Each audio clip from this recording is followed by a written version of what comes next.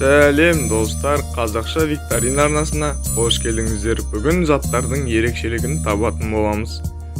Жалпы 15 сұрақ болады, бір сұраққа 10 ұпай, әр сұраққа 10 секунд. Ал ендеше бастамастан бұрын арнаға тіркеліп, лайк басып, қоңыраушаны шертіп қойыңыздар.